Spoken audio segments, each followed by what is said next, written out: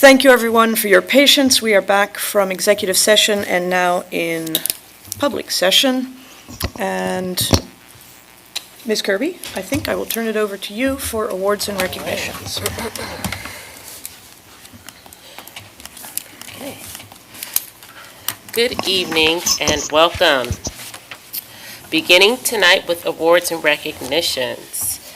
As you all know, school attendance is the key to school success, and we've been amplifying this message at the classroom level, the building level, and the district level. We decided a while back that we'd like to start recognizing students with perfect attendance at board meetings. It turns out there are a few too many to hold here at the board offices. For the first month of school, we had more than 1,300 students with perfect attendance and no more than one tardy at the start of the school day. That's an incredible testament to our students and families' dedication, as well as our school teams for encouraging them. We'll continue to recognize the students as the year goes on, and I know our schools are celebrating good attendance in lots of creative and fun ways.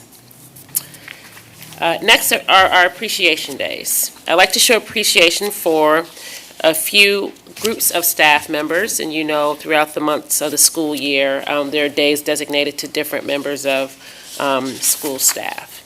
Information Technology Professionals Days was September 20th. Our district IT department does a phenomenal job in meeting the ever-changing needs of our students and staff.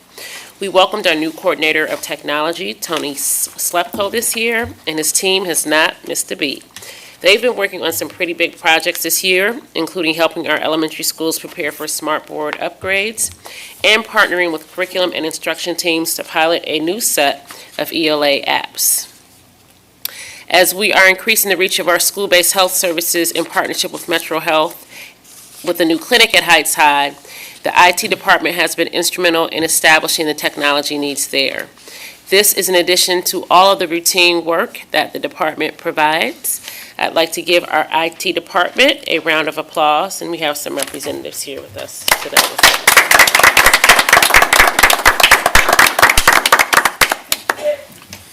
Next are our school custodian and cleaners.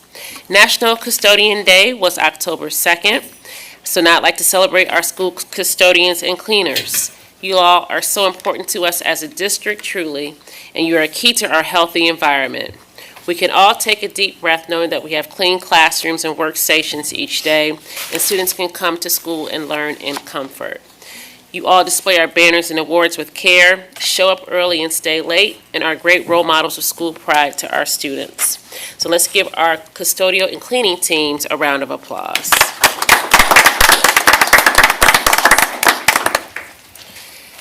And this month is National Principals Month. We will be celebrating our wonderful school principals all month long. So be sure to follow us on social media to see thoughtful ways we are celebrating, and reach out to your school office to see how you can join. So we have the names of all of our principals that we will be sharing out throughout the month and celebrating them. All right, next is our Tiger Team Member of the Month for September. These Cleveland Heights University Heights staff members have been recognized by their peers for going above and beyond to continuously contribute to the culture of excellence in our district. Your colleagues who nominated you for this recognition have shared these heartfelt words about you. So I'm going to call your name up, and if you're here, ask you to come to the front because we have some gifts for you. From the Board of Education, Charlie Swift. Charlie has really stepped up during Vivian's absence. She is at the front desk almost daily with a smile on her face. Definitely a team player. From Boulevard Elementary School, Carla Morrison. Carla Morrison sets high expectations for her third graders throughout the entire school year, not just in academics, but in how they conduct themselves. Carla is a positive influence on our staff. She's always approachable and kind. From Canterbury, Mike Haslett. Mike Haslett, interim custodian, has done a phenomenal job while Mr. Franklin is out. He goes above and beyond in his duties and is willing to help wherever needed. Is Mike here? Okay, I don't see Mike. Okay. From Delisle Option Center, Brian Bailey. Brian's work sometimes goes unnoticed because he is not often out in the buildings. However, his work greatly impacts every staff member and student of the district. Brian acts with a high level of ethics and integrity, and he is very gracious with his time. From Fairfax Elementary School, Melinda Stoico. Melinda works tirelessly throughout the building. She keeps a positive attitude and goes above and beyond her job title duties. She continually strives to keep things humming along at Fairfax. From Garrity, Gretchen Grabowski. Gretchen is a true team player. She is creative and always finds fun activities for the students to be engaged in learning. Gretchen is kind, patient, and hardworking. From Heights High School, Derek Fleming. Derek is a wonderful joy to work with. He is very creative and a hard worker. He is dependable, reliable, and dedicated to his craft. The next teacher is here, so she's going to come up and take a picture so we can get up. I see we have two teachers here. From Monticello Middle School, Tiffany Mixon. Tiffany is always super positive. She is supportive and always there for her students. So you're going to be previewing our newest Tiger Team Member of the Month celebratory plaques. We stepped it up a little bit. Nice. Nice.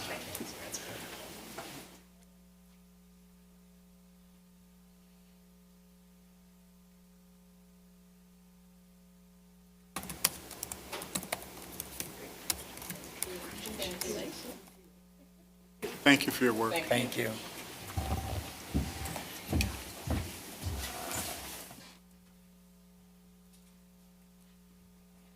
Great.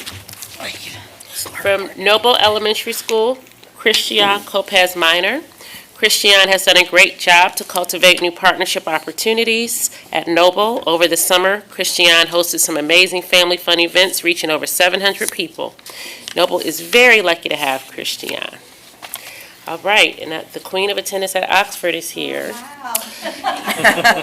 Amy Robinson. Come on up, Amy.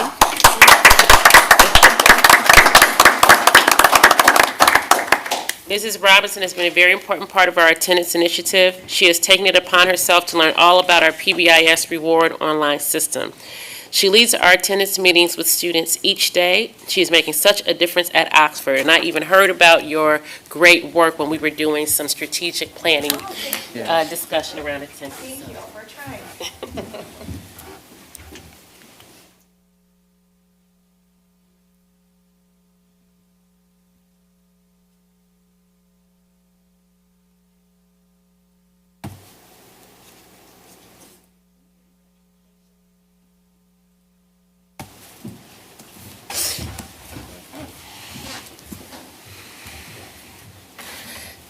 From Roxborough Elementary School, Candace Summers. Candace Summers is a rock star. Her knowledge of data and interventions is truly appreciated. As a teacher, she is a fantastic resource. She is always positive and willing to help us. And from Roxborough Middle School, Monique Christian. Monique has been a tremendous asset to our community. She runs a tight yet caring classroom. She goes above and beyond to get to know her students. The students of Roxborough are lucky to have Ms. Christian as their ELA teacher. Let's give a round of applause to our winners again.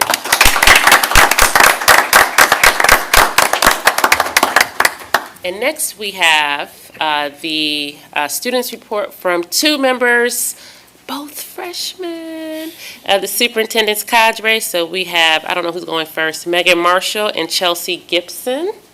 So you guys can decide how you want to divide it. Thank you for being here.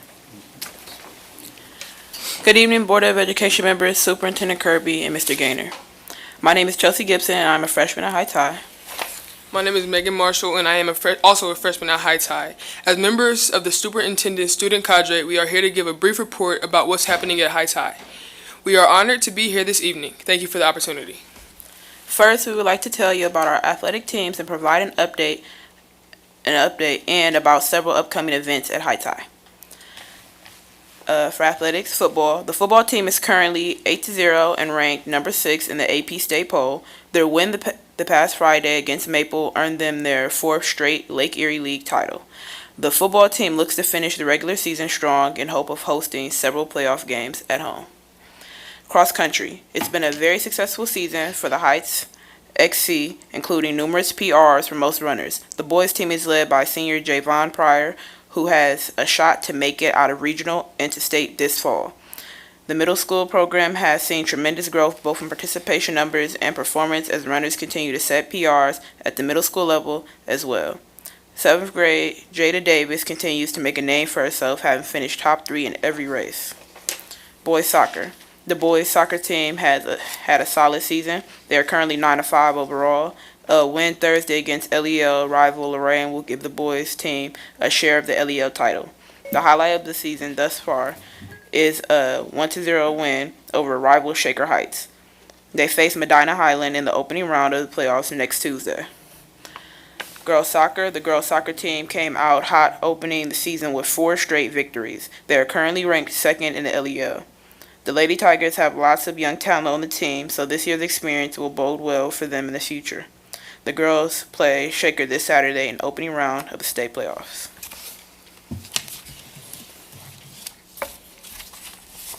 Volleyball. It's been mostly a developmental year for the volleyball program, with the majority of the players seeing their first career varsity action. The highlight of this year's season was coming back from down 0-2 to win 3-2 in extra points on senior night. Senior Jada Struther had an outstanding performance on senior night. Volleyball opens up their playoffs on Wednesday, October 19th at Austin Town Fitch. Boys golf. Boys golf saw its largest ever team this year with 18 players on the roster. They closed out their season this past week at the sectional tournament. Girls golf. This was somewhat of a transition year for girls golf, having to replace a handful of seniors from last year. Several newcomers gave it their best shot. Seniors Claire Dolan and Katie Braverman represented the girls golf team at the sectional tournament last week. Girls tennis. The girls tennis team had a great year, finishing 9-5 on the season. Their season wrapped up last week at the sectional tournament. However, there's excitement as they return many girls for the next season. Here are a few important events that are happening at Heights High. National Gear Up Week took place September 26th through 30th. There were many activities focused on students envisioning what their goals are after graduating from Heights High. These activities included an ice cream social, preparing and dedicating to a plan for post-secondary enrollment, and seniors decorating their lockers as a college or career they were interested in pursuing. The class of 2024 and DECA are partnering with the American Red Cross to host a community blood drive on Monday, October 24th from 9 a.m. to 3 p.m. in the competition gym. Community members are invited to sign up online at redcross.org. Gear Up is hosting FAFSA Palooza on October 13th, 20th, and 27th from 5 to 7 p.m. These 3 nights provide an opportunity for senior parents to get help with filling out and completing their students' FAFSA, as well as answering any questions they have. The form to sign up can be found on the senior page on the district website. The PSAT will take place this Wednesday, October 12th, for students in grades 9 through 11 at Heights High School. The VMD presents Sister Act, the musical on November 3rd, 4th, and 5th at 7 p.m. and November 6th at 4 p.m. in the main auditorium. Tickets can be purchased through the VMD website. Next, I would like to talk about our district theme this year, Believe. At Heights High, many teachers, counselors, and administrators have given the kids at Heights High the motivation to become something, pushing them to believe in themselves. There are kids who don't get that push forward at home, but at Heights High, there is so much support from students and staff helping the students of Heights High believe in themselves. I've seen the attitudes of my peers change positively little by little as we've gone over different careers and ways to get to your goals, due to realizing they can be what they want to be and have different or affordable ways to get there. Molding young minds to believe in themselves, encourage them to not limit themselves, and showing them the opportunities that are available to them, and that a way after high school is what Cleveland Heights High School is doing for the students of Heights High. Another aspect of our theme this year, Believe, is how when the teachers and admin believe in the students, it shows that they have people standing behind them and showing them the good things that they can accomplish. It shows that if they believe in themselves, what they put their mind to will come true. I know that a lot of times in the beginning of the school year, a lot of teachers will assign assignments such as goal-setting assignments, which can really cause a student to dig deep into what they want to accomplish and just think about it on a different level. That can help create the mindset to be successful, and if they believe that they can be successful, they will be immune to failure because they know what they want to do. I often am witnessing teachers encouraging their students, me included, to become their best self. Believing is to have faith and confidence in the existence of something that could become in the future, and that means if you do believe that you can, you will. Cleveland Heights believes that we can, so we know that we will. Thank you so much for your time. Thank you. Thank you, Megan.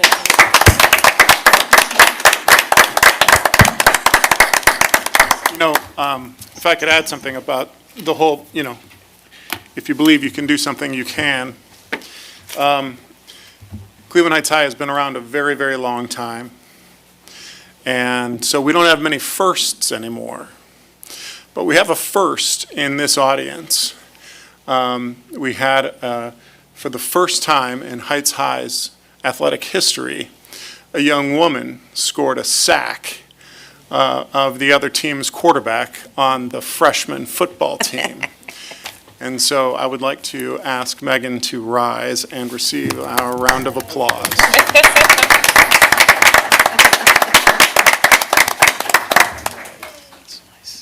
Thank you. And I want to encourage everyone to sign up for the blood drive at Heights High. I know that when I signed up yesterday, there were way too many open slots.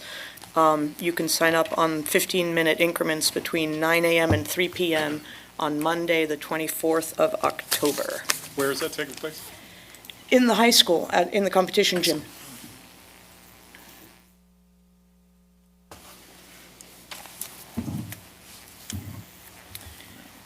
Okay, next up, statements from the audience. I want to remind everyone that the board asks that you please refrain from mentioning specific students or employees by name in your comments. We want to remain cognizant that we are in open meeting and possibly in the presence of students, at least 2. Also, please limit your comments to 3 minutes. After 3 minutes, the microphone will be muted. Thank you. And tonight we have Eric Silverman on the topic of CLM.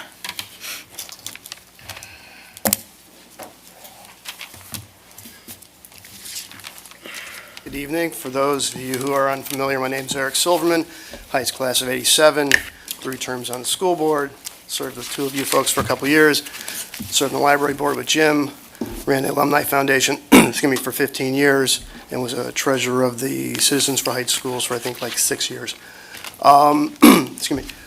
As I emailed members of the Board of Education some questions in regard to the Cedar Lee Meadowbrook project, was disappointed in the lack of response. Mr. Posh was good enough to respond, not really to all my questions, but to one, and Mr. Gaynor gave me some details.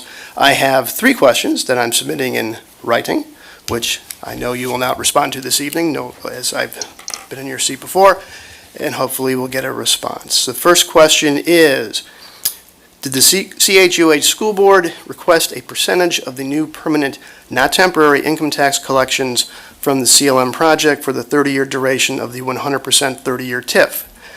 Just 1/4 of the income tax would be equal to, by my math I should say, just 1/4 of the income tax would be equal to over 1/2 of the revenues that the school district is quote-unquote losing.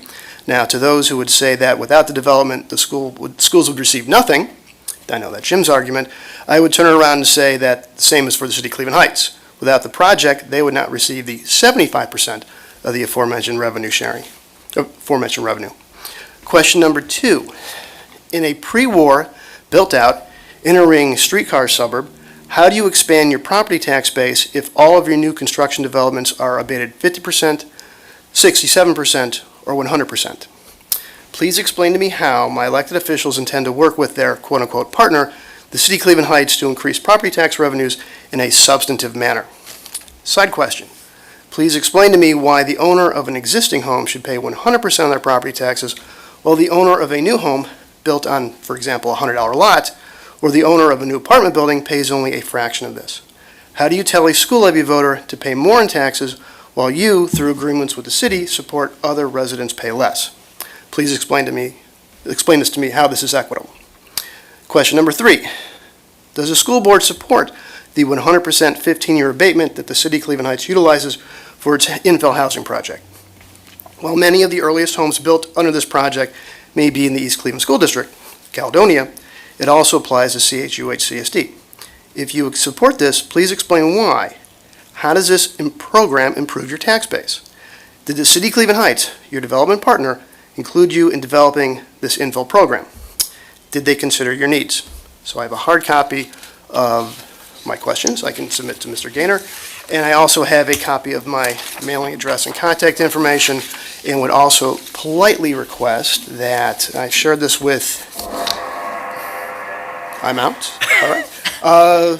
My mailing address, because for some reason I have not received any correspondence whatsoever from the Heights Schools Foundation for the last 5 years, despite being a member of the Hall of Fame. So I have both of those for you. Thank you, Mr. Gaynor. Oh, sorry, Mr. Silverman. Oh, brain fart. Okay.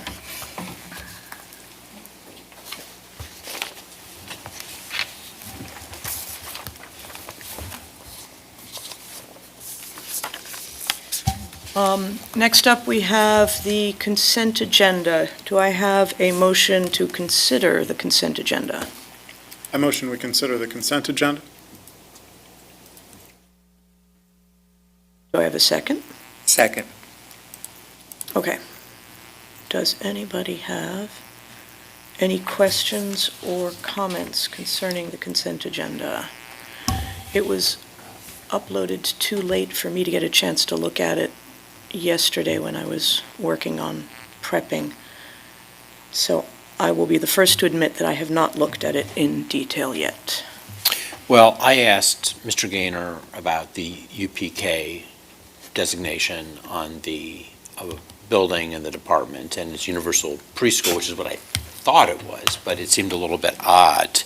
And then Scott gave a reply that Danielle was just late to get our purchase orders, which is why we have to go through this process to get them in, but otherwise we wouldn't have seen that. Yeah, and in fact, I'll save that for a future three things, confirming purchase orders, and we can talk about what that means in a little more detail. But basically, if the timing is off and the purchase orders were not in place prior to any goods or services received, then if it's under threshold of $3,000, I can sign off on that. If it's over $3,000, then the board needs to approve that. And so what you're doing is simply saying that although the proper procedure wasn't followed, that there was money available at the time that the purchase order should have been in place. And these are, I'm seeing, all over $3,000. Correct. Okay. Yep. That makes sense. Thank you. Anything else from anyone? Beverly? No. No? Okay. May I have a motion to approve the consent? Sorry? We just need to vote. Oh, we just need to vote. The motion's already there. Okay. Mr. Gaynor, please. Ms. Wright, Yes. Mr. Posh, Yes. Mr. Hines, Yes. Ms. Lewis. Yes. Okay. And next, we have the superintendent's update. All right, thank you very much. All right, so I will be reporting on events, initiatives, and progress since the last board's meeting. First things I want to start with in goals 1 and 2 are recognizing some of our seniors from Heights High School. Heights High School senior Maxwell Frey was named a National Merit Scholarship semifinalist. And as you know, this is an annual academic competition for recognition in college undergraduate scholarships. Semifinalists represent less than 1% of the nation's high school graduating seniors. Thanks, Kathan. Also, I want to celebrate Heights High School senior Ashawn Sims. Ashawn was offered full scholarships to 15 schools, including 5 Ivy League schools. I'm sure he has likely more scholarships to come. We will be inviting Ashawn and his family to our November meeting, in addition to some other students we'll be celebrating. As Megan and Chelsea mentioned, we celebrated Gear Up Week during September 26th to the 30th. And as a reminder, this means gaining early awareness and readiness for undergraduate programs.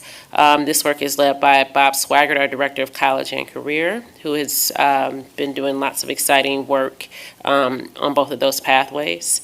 The week's activities included a college and career scavenger hunt, dream board walls, and a locker decorating contest. In addition, a group of Heights High Gear Up students visited the Ohio State House on Thursday for a state Gear Up event. As it relates to CTE, Bob and I, and also Mr. Smith from the high school, visited CTE classes last week to deepen our understanding of the programs at Heights High School. The first marketing and recruitment meeting was held today in preparation for the upcoming CTE fair on November 10th and 11th. Applications open on November 23rd. As it relates to goals 3 and 4, during homecoming weekend, 10 alumni were inducted into the Hall of Fame. This happened on September 17th, and we had wonderful speeches and reflections from alumni across multiple decades who shared just incredible stories of their experiences at Heights and how it shaped their futures.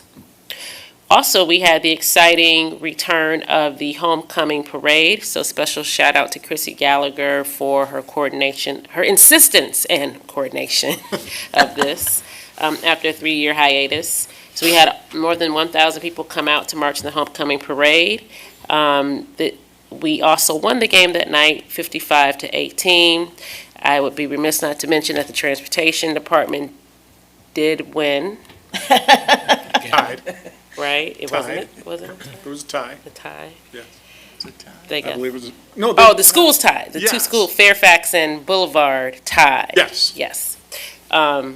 So they had their celebratory, they got their trophy and all the things. But, you know, they had their own version of Beyonce's You Won't Break My Soul, transportation themed, and also had a choreographed dance. So it was quite impressive. Heights Family Academy also occurred on September 10th at Heights High. So again, returning back to some of our past activities, we had 160 attendees and 15 community partners. Hadn't held this in 2 years, so thank you to Lisa Hunt and the Family Engagement Team for coordination. Staff and partners presented interactive workshops focused on early childhood, empowered and advocacy, learning at home, health and wellness, and more. There's a little fun fellowship, some line dancing, and some inspirational speaking as well. So breakfast, lunch, and childcare were provided at no cost to families. On September 22nd, we had the annual Father's Walk, and we had many fathers or father figures out at our schools walking with students and celebrating the beginning of the school year. So thank you to all those adults who came out to support our students on the Father's Walk to School Day. And Metro Health continues to offer their services to our students at Heights High School and also through the mobile units where students are receiving physicals, lab tests, care for chronic conditions, and more. We think it may be in November that November or December for a ribbon cutting of the new clinic at the high school. All in for Infinite Campus. So we know Infinite Campus is very important to keep families aware of how students are performing. We have a goal to have at least 90% of our families, 90% of our households with at least one parent portal account active by this May. And so Reaching Heights is partnering with us to help support this effort. And we just want to remind parents to sign up for Parent Portal and to request that using the information on the Google form in my report.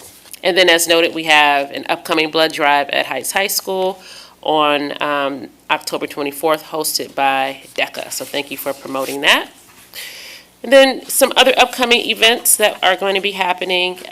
We have the Heights Halloween Festival, so the board will have a table there this Saturday from 4 to 7. We'll be passing out candy or healthy snacks maybe, and More pencils. there you go. There's also a Black Men in White Coats Youth Summit that we are announcing, sharing information with our families on Friday, October 21st and Saturday, October 22nd, hosted by University Hospitals and Case Western Reserve. They will be engaging Black youth in grades 3 to 12 in careers in medicine, through mentorship, networking, and exposure.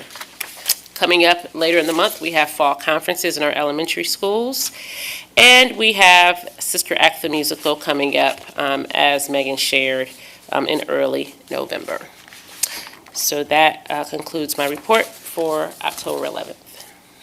Liz, have we ever, I missed one meeting not long ago. Have we ever had Nancy in to really talk about the Metro Health Clinic and how that came to be and the significance of it? We did a work session, I think either last fall or maybe the year before. I think the An community, update I might think be the a community good idea. would really appreciate hearing about, Yeah, I think that was before we actually got the grant, though. Right. yeah. Right. But so Plan an let's, update. I just think that we should elevate that a little bit because Okay. that's amazing news. Much to be proud of. It's great seeing the van drive down Lee Road when I'm in the stone oven in the morning, because you would very rarely see it. Now you see it on a very regular basis, so it's doing its work. Amen. That's terrific. Okay, next up, we have the treasurer's three things. Yes, and just before we go into the three things for this month, just wanted to kind of piggyback on Liz's report to say that we had Ohio House Representative Bashara Addison reach out to Liz and to me. She wanted to discuss House Bill 290, the backpack bill. So we met with her last week virtually and kind of walked her through some of the potential impacts of House Bill 290 on our district and what that might mean for public education in general. So that was, I was encouraged by, although we know she's a short timer, she was at least encouraged. She was excited to do what she could do for us, at least in the interim period. So that was a good thing, I thought. Excellent. All right, and then for the three things for this month. So this is levy season, fortunately not for us. So the three things that we have this month are going to be focused around that. So as a reminder, we're doing this three things concept every month so that we can just give three quick, short pieces of information so that the community can better understand school finance and school funding. So this is in alignment with Strategic Plan Goal 5, Objective 3, to inform and educate all stakeholders regarding district finances and school funding in Ohio. So again, the first, and I think this was Jim that might have brought up the notion of a mill and the fact that we might want to make sure people are clear on what a mill is. And again, fortunately, our district is not on the ballot, and actually you'll see in the 5-year forecast next week that we are still on track to have a positive fiscal position through fiscal '26. Excellent. But many districts are not so fortunate, and so these are some things, again, that people need to understand in terms of what they hear about levies and consider about levies. So a mill is the unit of value for property tax levies. It's 1/10 of a penny. It's $1 for every $1,000 of assessed property value. So that is a mill. And just a reminder here, and I know we've talked about this before, but wanted to reiterate that residential assessed value is 35% of the market value. So if you are paying, a millage or a levy on a $100,000 home, you're actually a $100,000 market value home. The assessed value of that is $35,000. So that's what you're paying property taxes on, $35,000. Any question on a mill? No, but the county determines the market value of all of our houses on a 3 or 6 year cycle. Both, yeah. Both. Yes. That's why I can't remember. Reappraisal and then a full adjustment Right. every 6, yep. I think it's been kind of a coincidence that for the last couple levies, one mill equates to Brings us roughly $1 approximately million. $1 million. Correct. Which is really disconnected in all sorts of, Yeah. in all senses. Yes, it's been a coincidence, although it'll be interesting. I've not seen a recent assessed valuation overall, but, given the way things are with property values right now, I don't know if that still holds true. Probably not. So we will find that out.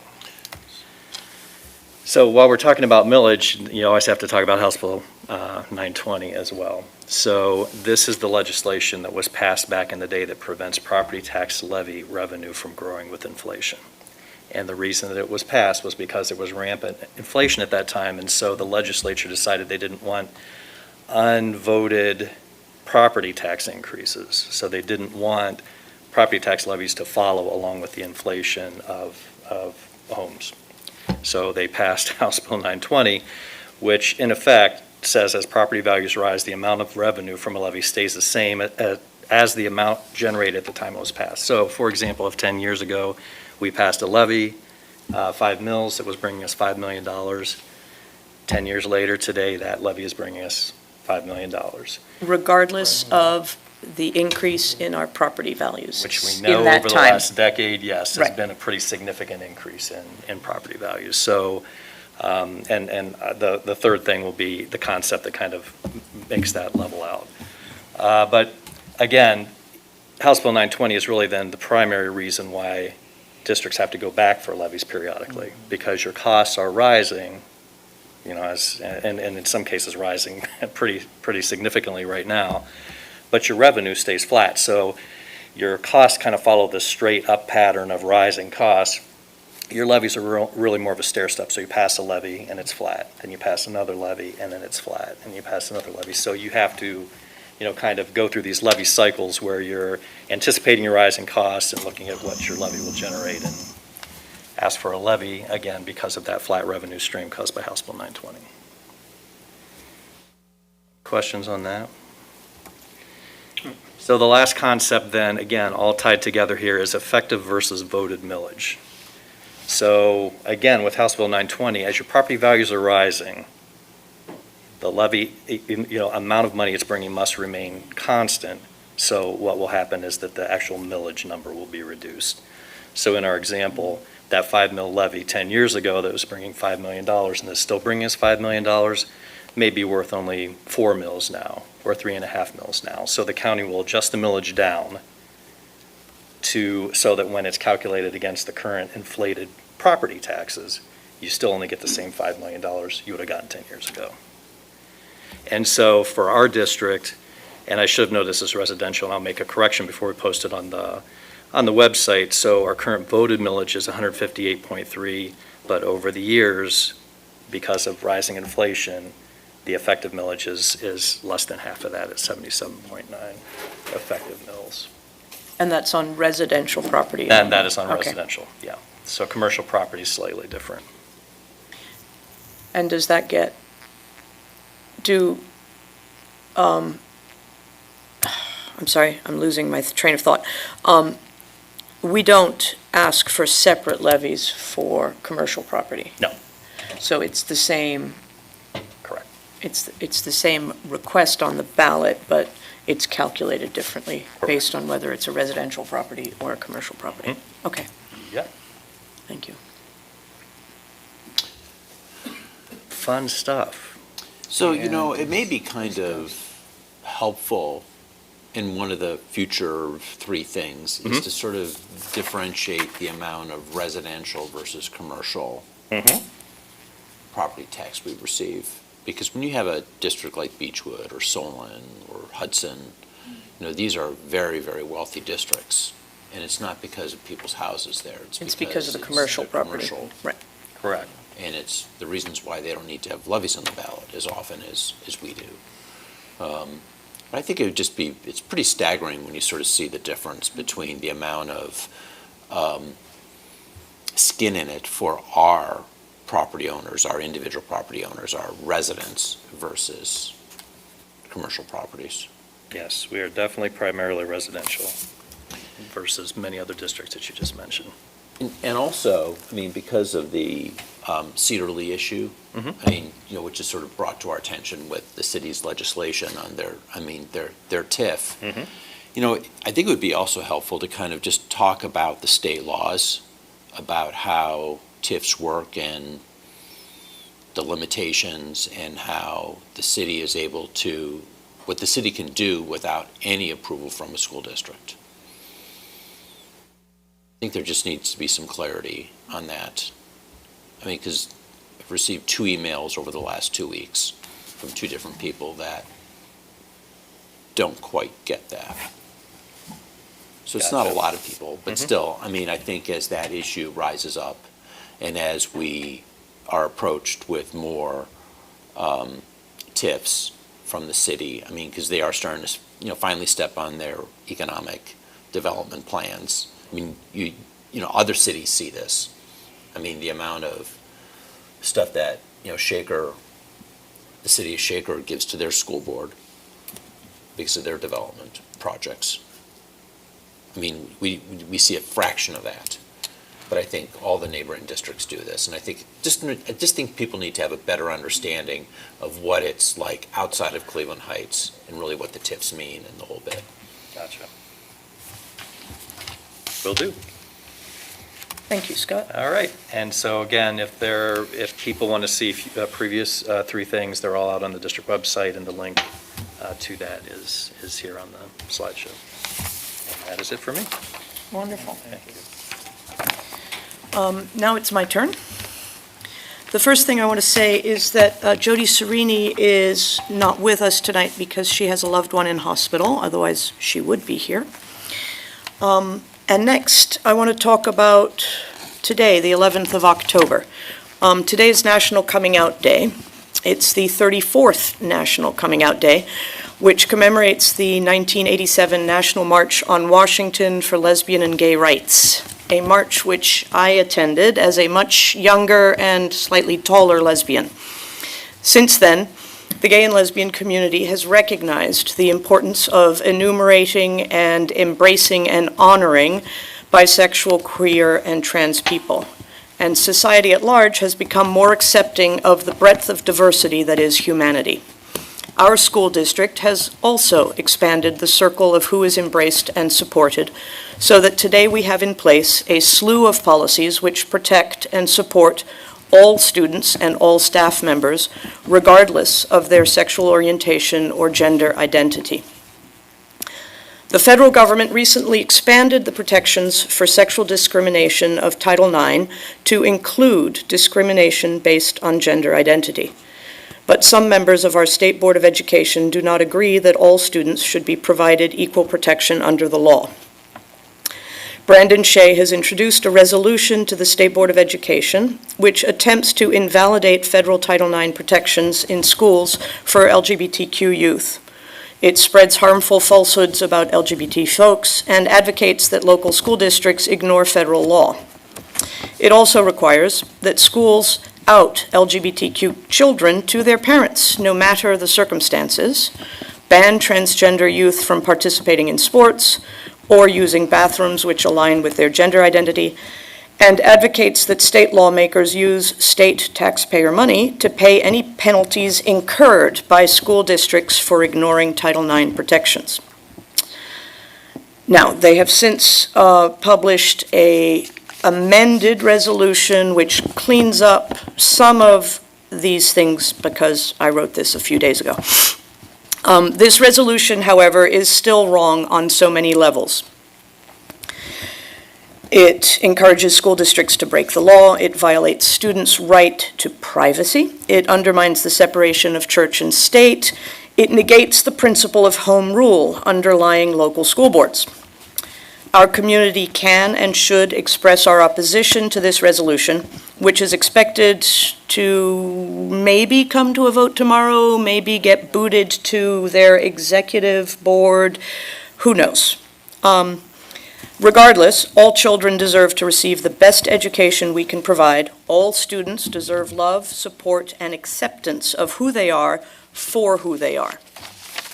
And in this vein, I have proposed a resolution to my colleagues, which I sent you a couple days ago, and I would like to discuss it. I know that some of what I wrote has been superseded by the amendment to the state resolution, but not that much, actually.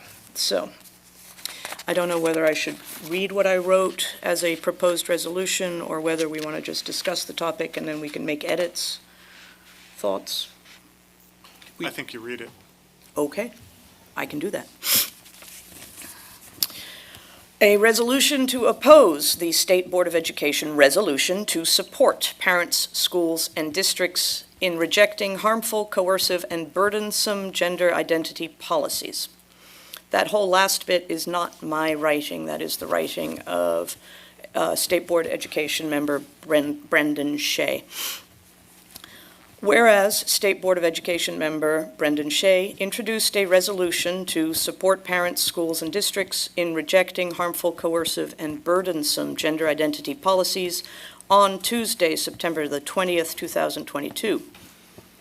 And whereas this resolution is in response to and opposing the U.S. Department of Education's proposed revisions to the Title IX regulations, and whereas Title IX has been instrumental in paving the way for access to equal opportunity for girls and women within our schools and combating sexual discrimination and violence within educational spaces, the U.S. Department of Education's proposed provisions, which, while still in the rulemaking process, aim to strengthen and expand current protections to ensure all students are able to learn in an educational environment free from sex discrimination and sexual violence.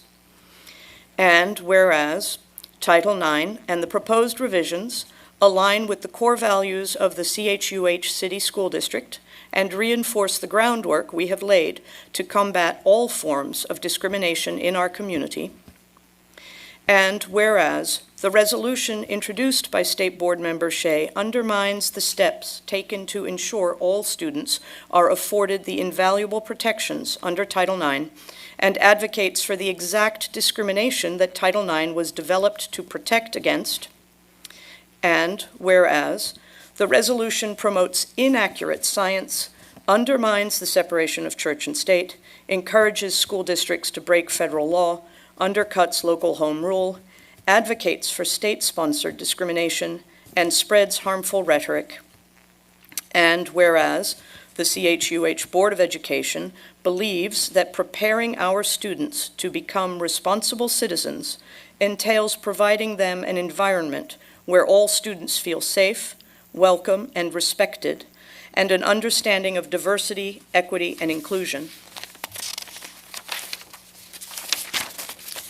And whereas, in our determination to improve educational equity, CHUH has already put in place policies to protect all our employees and students against discrimination based on sexual orientation and gender identity.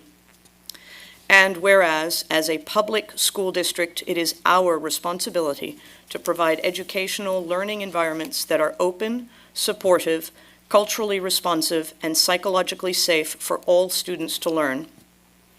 Therefore, be it resolved that we, the CHUH Board of Education, in adopting this resolution, hereby express our strong opposition to the State Board of Education resolution to support parents, schools, and districts in rejecting harmful, coercive, and burdensome gender identity policies. Sorry, it's a bit of a mouthful. My opinions are clear. That's why I wrote my little intro. I'd like to hear what everyone else has to say. I've talked to Molly earlier today about this, and I have a huge problem with the title of the resolution because it's confusing, and it's confusing intentionally by the author of the resolution, the State Board member Brendan Shea, who basically says that this is in support of parents, children, school districts, and communities, where it's in fact the opposite. So what I have, and I don't know as a matter of policies or procedure, you've read this, we have to basically, don't we have to vote to discuss it? You could make a motion to Or Well, you could I'm- propose something different. Yeah, Nothing's on the floor right now. I'm going to propose a motion to, well, I think you need to look at what it is before I can propose, I can. Why don't you read us what you propose, and then you can make a motion for your amendment? I have to read something. I know, slowly. It's okay. I can handle it. These are about, those are the 4 paragraphs that I'm about to read. But what I would like to do is I'd like to amend the resolution that you wrote, Malia, with the help of Honesty in Education.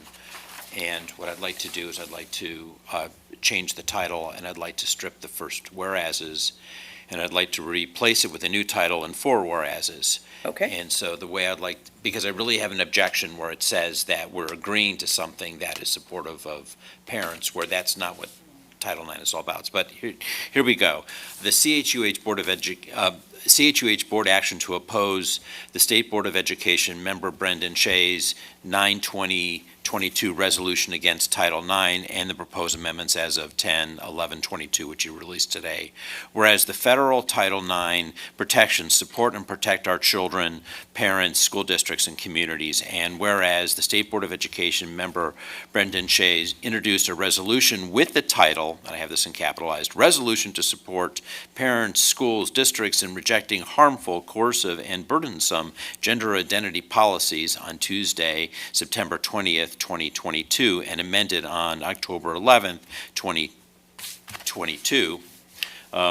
So whereas the state school board resolution attempts to invalidate federal Title IX protections, and whereas the disingenuous title of the state school board resolution, while claiming to support parents, schools, students, districts, does just the opposite. And this is where we'd go to the third whereas in your statement, Malia. So then, these 4 whereases would replace the first 2 on mine, am I correct? Yeah, I mean, we know this is partly a political stunt. We know Yes. that the whole concept of saying that, school districts don't support parents, I mean, this is rhetoric that school districts have been seeing over the last 2 years with an influx of, people showing up at board meetings and talking about critical race theory, talking about this very issue. I mean, first of all, some of these are important issues, but they're also non-issues too. They're political pieces that are thrown out there to excite a base of people. I just object when someone says, you have to throw out Title IX protections to protect students and protect parents, where, in fact, it's those provisions that have worked through the system in a bipartisan basis over a number of years, and we fine-tune them on a bipartisan basis, now has turned into a partisan issue that all of a sudden they're evil and we need to strip them away. So can I just point stop. out that because of Title IX, students like Megan can play football because that's what they want to do, and then we can recognize her for her accomplishments? I mean, sorry, it just boggles the mind sometimes. We live in a world where we have tried, I think, as a society to give children more choices and try to remove the boxes that we're all supposed to fit in. And then people want to come back in and slam those boxes back down around our kids. I was like, why not just let them grow up and do what they want to do in the best way possible? So I'm just, obviously the ninth graders went home to do their homework or go watch TV or whatever, but it's just, here's a real life example of someone who would be harmed by precisely this kind of, change to the law. And Well, I don't have any, exact figures, but when my kids were in this school district, I think these protections in Title IX, 10, 15, 20% of our population in our school district would be impacted. I mean, I mean, Yeah. we're just not talking about one kid or No. no kids. I mean, this is a significant number of kids. And any single child is, it's not appropriate. So, I will entertain a motion to consider this resolution with Jim's edits. Great. So we're considering the motion, we're not voting on the motion. Well, we need to have an official motion. Yeah, well, I For the- appreciate the title, the change that Jim suggested. I agree with your reasoning. Personally, I'm just disgusted in the whole, Yeah. the fact that somebody who has gotten themselves appointed, I would be willing to bet, to Ohio's State Board of Education, ostensibly working on behalf of Ohio's public school children, would bring this document of hate to that body and try to impose his small-minded hate on Ohio's school children is nothing short of profane to me. And it's unfortunately, it's not even reflective of his ability to craft something, because this was not crafted by Brendan Shea. This was crafted by an out-of-state, it's almost in this case, it's an absurdity to use the words think tank, but it's an out-of-state policy institute, and it is exactly the same language being shoved down the throat of the people in Virginia by their governor, and now here in Ohio. And, one of the things that I find so absurd about it is that here we have, in Ohio right now, we have a very concerted, organized effort, funded effort, to take the money out of public schools and put them in private schools. And now we have people trying to impose sort of philosophies, ways of life that should become part of the public school work. We, in a previous resolution that we passed actually related to very similar legislation, I said something to the extent of, public is for all is not a slogan here, it is our ethos. Correct. And that's the case, that public school is for every kid. And if you want your kid to go and receive a very special education that is in alignment with whatever your family's values are, then that's up to you. But public is for all kids, all beliefs. And this sort of resolution is a slap in the face of the public school systems that have raised generation upon generations of American school children who have flourished for the most part, and we're getting better. And it's work like the work that Title IX does that makes us better. And it's that sort of work, I think, that scares the daylights out of people like Brendan Shea. So I appreciate the great work that you have put into this, and Jim, you too. Well, I will, admit that I have unabashedly pirated language from the City of Columbus schools. Which is what we do. I mean, from our friends down the street at Shaker. I mean, and it's been a topic of conversation for a bit, and well, there's no point in wasting time reinventing the wheel. This is what we do. Good verbiage is good verbiage. yeah.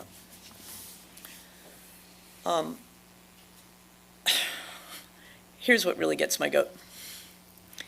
Biological sex is one such objective scientific fact, which in one sentence shows an incredible lack of understanding of biology. but, Also, I would be and I willing- feel like attaching a whole lot of papers that are published by NIH to show how infinitely more complicated biology is than the language that has now been struck from the original version. It's just fascinating to me how perhaps somebody needs to go back to school and have a little bit more high school science in order to understand the world we live in. And I would be willing to bet a month's pay that Mr. Shea was not so concerned about scientific fact when they were weighing the issue of masking in Ohio schools last year. Yeah, oh, that's a good thought. So I'd like to make a resolution, because I think this is how we're going to need to do it. So we've Okay. got the title, we've got the 4 whereases I've sent, we'll replace your 2 whereases. I think we'd like to give some freedom to Malia to adjust the whereases to fit the new off-the-press, just slight adjustments that we know are going to be proposed to the resolution in Columbus. But do I have a resolution for this board to approve those items? Or, I mean, I'm making that resolution. I guess I'm looking for someone to second. Okay. Any other discussion? Or are we ready to vote? Can I just remind the board Yeah. that we still, I don't think, have come to a final decision. We discussed a number of months ago the topic of flags. And I don't think that we've come to a decision. I think that we need to revisit that, because I would like for us to come to a decision on, we had discussed a few months ago, perhaps flying the pride flag during Pride Month, and there were a couple of flags that we were talking about might be appropriate for Black History Month or whatever. But I think that needs to make its way back to a board agenda so that we can take action on those ideas under the advisement of council. I think that you were going to look into something about that, Liz. Yeah, I'm going to check with our legal counsel. I think I had a question out about that. Okay. Okay. I think I would just want to reiterate my concern, not necessarily with the pride flag, but with, if someone comes to us and wants to fly a flag, what do you do? How do you deal with that? I mean, it seems like it's a lot more complicated issue than you would if you're a homeowner. You just throw a flag on a flagpole.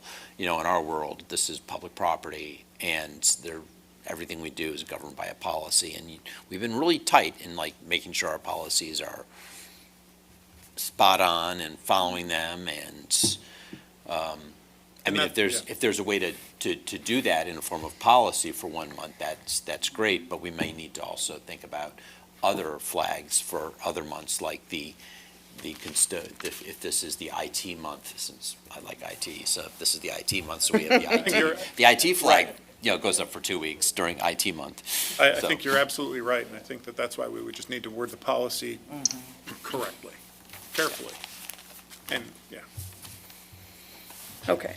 So we have a motion, and it has been seconded, and I will take it upon myself to make the edits to be more in line with the amended resolution, which I just got today. Mr.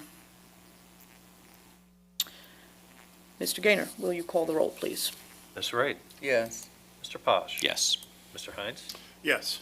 Ms. Lewis. Yes. Didn't Jody play football in high school? Wasn't that one of her stories that she told us at one point? I wouldn't put it past her. I feel like she did tell that story. She did. Yeah. I don't know. Could be. All right, do we have any committee reports?